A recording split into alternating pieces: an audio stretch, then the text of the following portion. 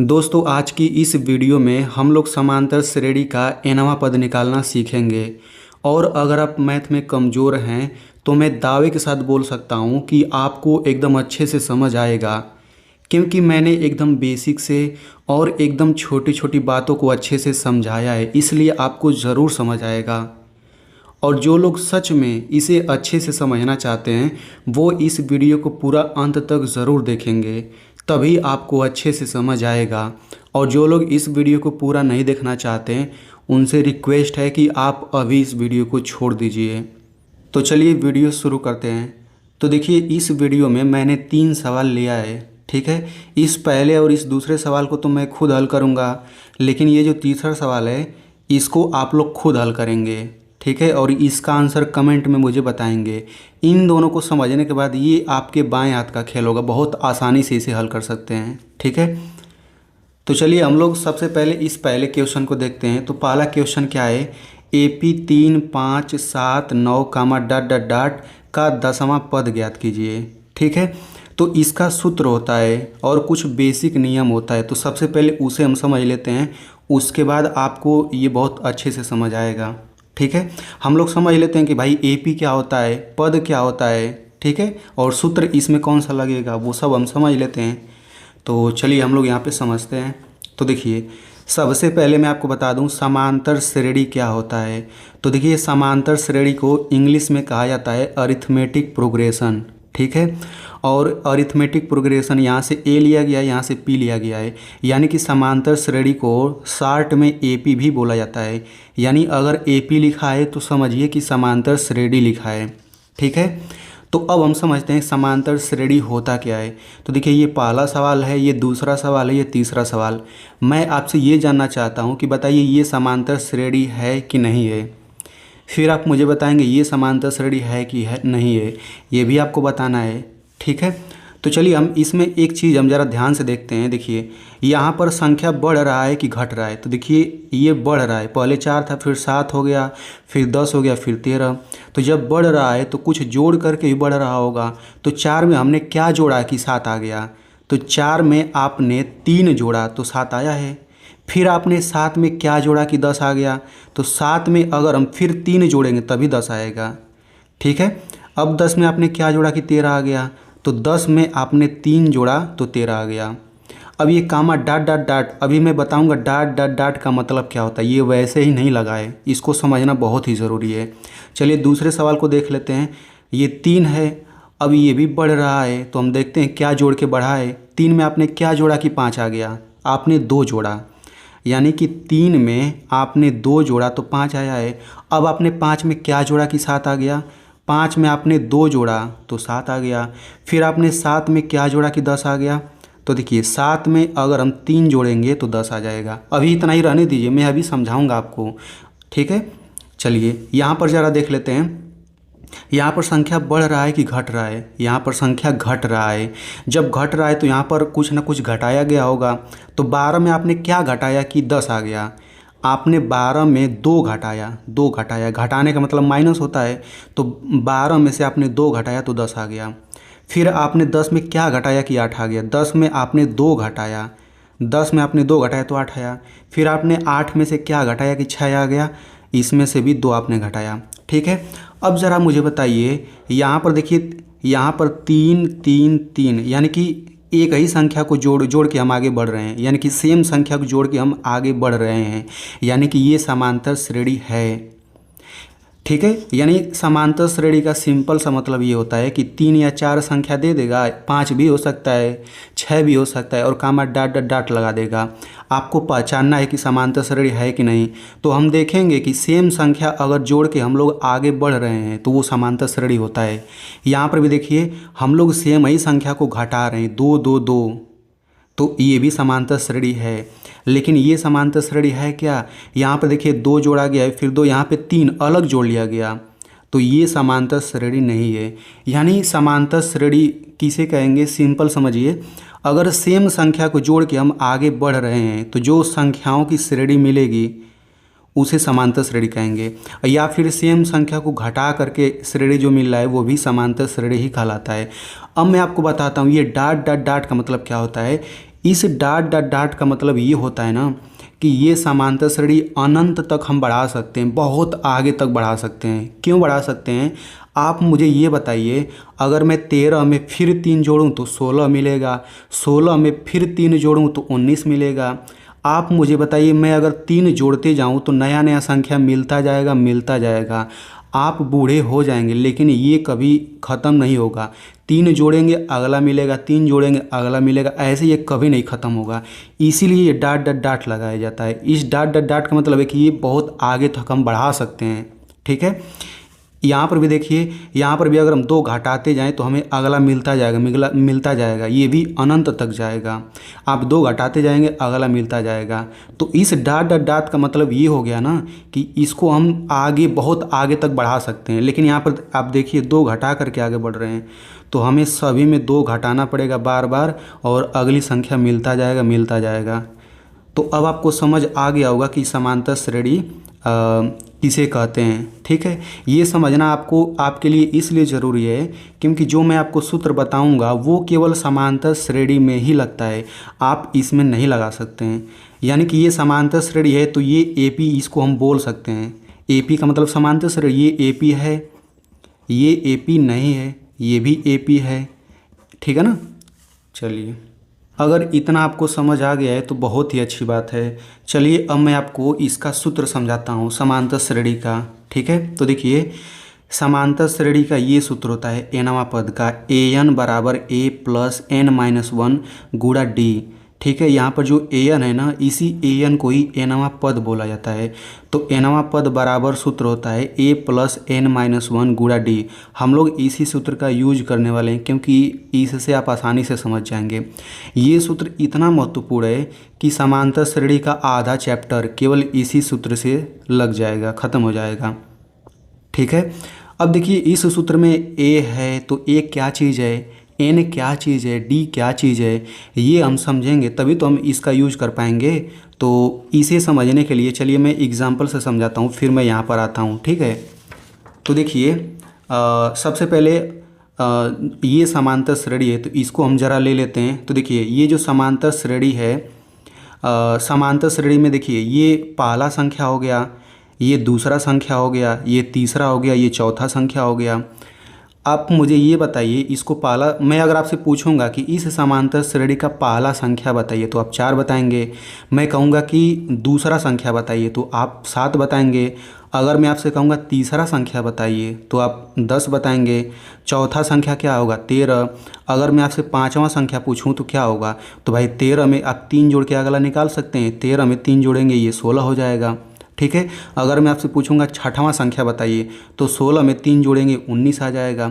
यानी कि आप देख सकते हैं यहाँ पर पहला संख्या 4 है, दूसरा संख्या 7 है, तीसरा 10, चौथा 13, ऐसे करके ये जो नीचे गिनती है ये आगे हम मतलब बहुत आगे तक बढ़ा सकते हैं, ये संख्या आता ही जाएगा। ठीक है ना। अब देखिए समांतर श्रेणी में मतलब संख्या को ही पद बोला जाता है। इसको आप लोग अच्छे से समझिए। समांतर श्रेणी में संख्या को हम संख्या नहीं बोलेंगे, पद बोलेंगे। यानी कि इसको हम पहला संख्या न बोल करके हम लोग पहला पद बोलेंगे, इसको दूसरा पद, इसको तीसरा पद। जब भी मैं पद शब्द का यूज करूं आप समझिए कि मैं संख्या बोल रहा हूं। ठीक है, तो अगर आपसे कोई पूछे कि इस समांतर श्रेणी का 6वां पद क्या है तो आपसे ये पूछा जा रहा है कि 6वां नंबर पे कौन सी संख्या आएगी, 19 आप बताएंगे। चलिए इतना आपको समझ तो आया होगा। ठीक है, अब इसमें मैं आपको एक चीज़ बताता हूँ, ये जो सेम संख्या जोड़ के हम आगे बढ़ रहे हैं इसको हम सर्वांतर बोलते हैं। ठीक है, क्या बोलते हैं, चलिए यहाँ पर मैं दिखा देता हूँ। इसमें जो d होता है ना, d को हम लोग बोलते हैं सर्वांतर। तो जो सेम संख्या जोड़ के हम आगे बढ़ रहे हैं या सेम संख्या घटा करके आगे बढ़ रहे हैं वही तो d होता है। यानी कि इस समांतर श्रेणी में d आपका क्या हो जाएगा, 3 हो जाएगा, +3 हो जाएगा। तो +3 बोले चाहे 3 बोले बात एक ही है। ठीक है, अब a क्या होता है, तो a देखिए प्रथम पद होता है यानी पहला संख्या। तो इसमें प्रथम पद क्या होगा, 4 हो जाएगा। ठीक है, इसमें n क्या चीज़ है, तो देखिए n हमेशा याद रखिए n गिनती होता है। इस सूत्र में जो n होता है ना वो गिनती होता है, यानी कि n के जगह पे हम या तो 1 रख सकते हैं या 2 3 4 5 6 7 8 9 10 11 12, यानी n के जगह पे केवल गिनती ही आता है। ये नहीं कि n के जगह पे हम 5/3 रख दें या 7.2 रख दें, ये सब नहीं आएगा। क्यों नहीं आएगा इसे मैं आपको समझाता हूँ। देखिए यहाँ पर जैसे मान लीजिए मैं कहूँगा कि इस समांतर श्रेणी का चौथा पद बताइए, तो यही तो n है, यानी ये जो नीचे गिनती चल रहा है चौथा पद कहा जाएगा तो n बराबर 4 हो जाएगा।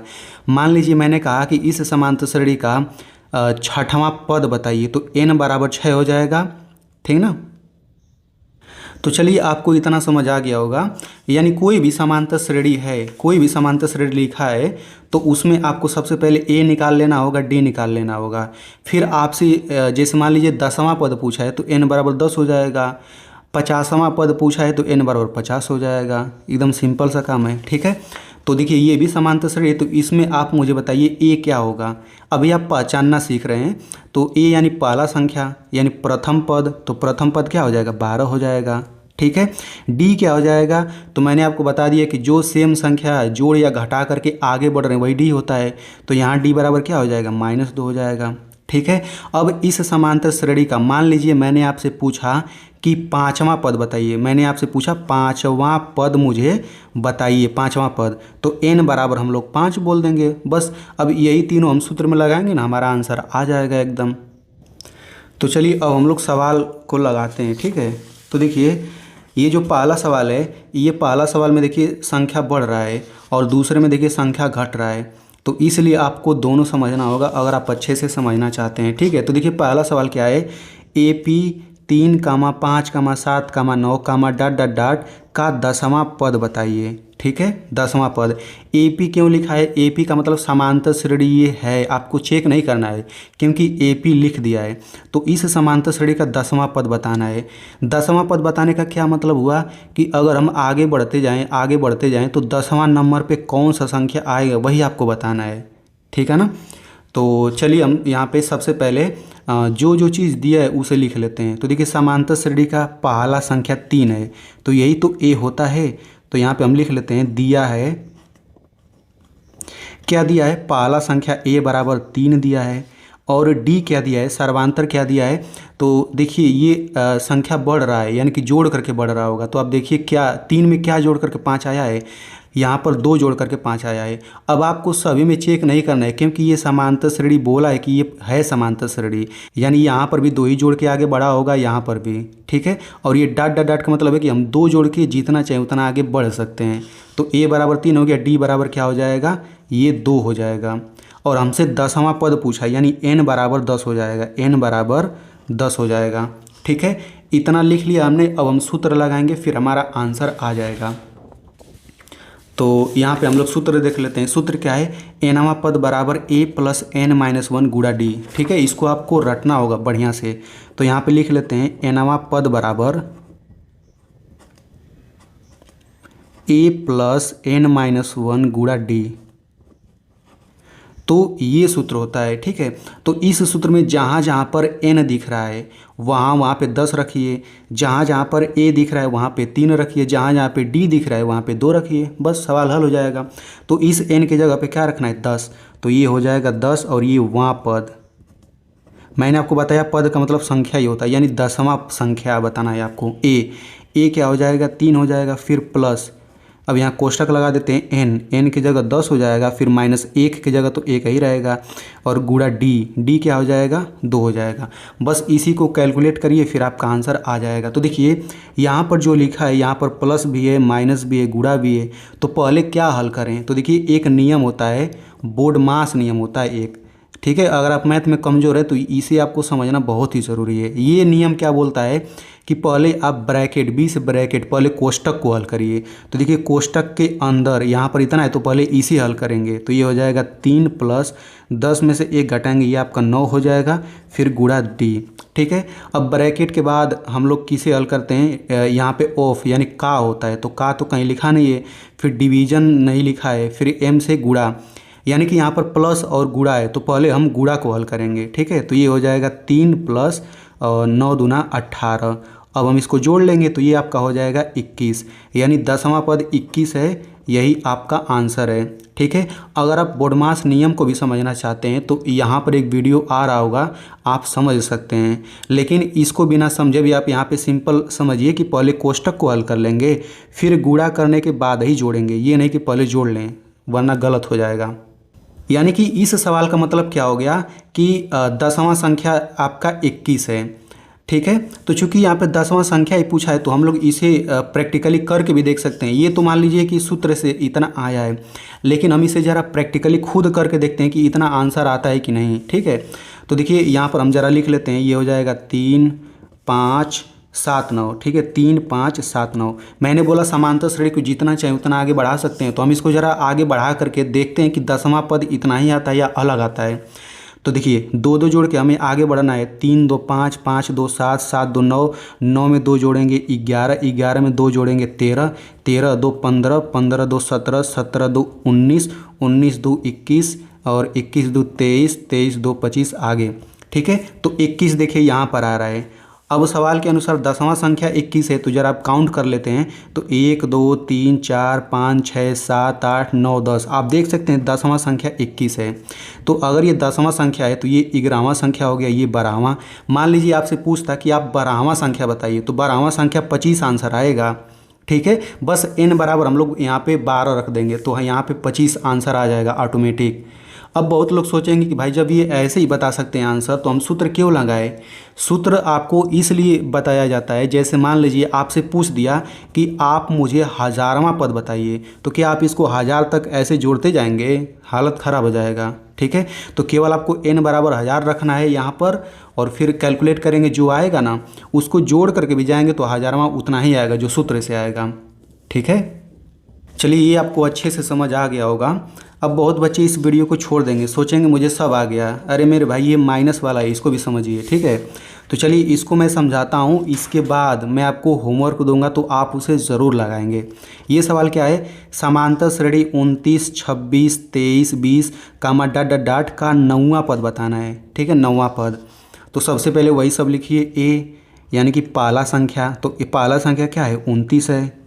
फिर हम लोग डी लिखेंगे, तो सबसे पहले बात देखिए संख्या घट रहा है तो डी माइनस में होगा क्योंकि घट रहा है। तो देखिए 29 में से क्या घटाएंगे तो 26 आएगा। 29 में से अगर आप लोग 3 घटाएंगे तो 26 आएगा। अब आगे आपको चेक नहीं करना है क्योंकि पहले से ही समांतर श्रेणी है तो इधर भी 3 ही घटाया गया होगा, तो डी बराबर हो जाएगा -3। अब हमसे 9वां पद पूछा है तो n बराबर हो जाएगा 9। ठीक है, देखिए कितना सिंपल है। अगर यहाँ पे पूछ देता कि 25वां पद बताइए तो n बराबर 25 हो जाता। बस a और d तो सेम ही रहेगा। अब सूत्र लगा देते हैं, तो सूत्र क्या होता है, nवां पद बराबर a + n-1 गुणा d। इसी में सभी का मान रखिए, तो n बराबर क्या हो जाएगा 9 और ये हो जाएगा वहाँ पद मतलब संख्या a की जगह क्या हो जाएगा 29 हो जाएगा। फिर प्लस यहाँ पर क्या हो जाएगा n बराबर 9, फिर -1, फिर गुणा d क्या हो जाएगा भाई -3। यहाँ पे गड़बड़ नहीं करना है, -3 होगा। तो बिल्कुल वही काम करिए, पहले कोष्टक के अंदर हल करिए, तो ये हो जाएगा 29, फिर प्लस 9 में से 1 घटेगा 8 आ जाएगा, फिर गुणा में -3 हो जाएगा। ठीक है, अब यहाँ पे सबसे पहले जोड़ेंगे नहीं, सबसे पहले यहाँ पर गुणा करिए, गुणा। तो देखिए यहाँ पर +8 है, ये -3 है, यानी कि +8 और -3 का गुणा करके क्या आएगा मैं आपको बताता हूँ। देखिए सबसे पहले 8 और 3 का गुणा तो आता ही है, तो 8 और 3 का गुणा करके 24 आ जाएगा, और प्लस माइनस का गुणा करके माइनस आता है, प्लस माइनस माइनस होता है, यानी कि ये हो जाएगा 29 और गुणा करेंगे तो ये आपका हो जाएगा -24। ठीक है, अब 29 में से 24 घटाएंगे क्या आ जाएगा, 29 में से 24 घटाएंगे ये 5 आपका आंसर आ जाएगा। अब इस समांतर श्रेणी को अगर हम आगे बढ़ाते जाएंगे तो नौवां नंबर पे 5 ही आएगा। आप चाहें तो करके देख सकते हैं। तो मैंने आपको अच्छे से समझा दिया। चलिए अब मैं आपको सवाल दे देता हूँ। ठीक है, तो इस समांतर श्रेणी का 12वां पद आप लोग निकाल करके इसका आंसर कमेंट में मुझे ज़रूर बताएंगे, तभी तो मुझे पता चलेगा कि आपको अच्छे से समझ आया है या फिर नहीं। और मैं आपसे रिक्वेस्ट करूंगा कि इस वीडियो को अपने दोस्तों में ज़रूर शेयर करिए, क्योंकि आपको समझ आया है तो आपके दोस्त को भी समझ आ जाएगा अच्छे से। और मेरी मेहनत के लिए इस वीडियो को केवल 1 लाइक कर दीजिए।